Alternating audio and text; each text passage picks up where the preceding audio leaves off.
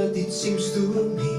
Remind me of childhood memories wherever the thing was afresh. Gemma i Josep, per separat no podré afegir res més del que ja us han dit els vostres amics.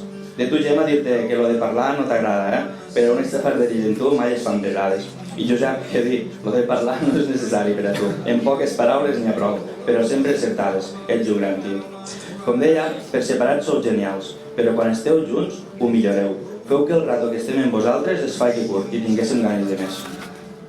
Sou una gran companyia, sempre esteu allí quan cal.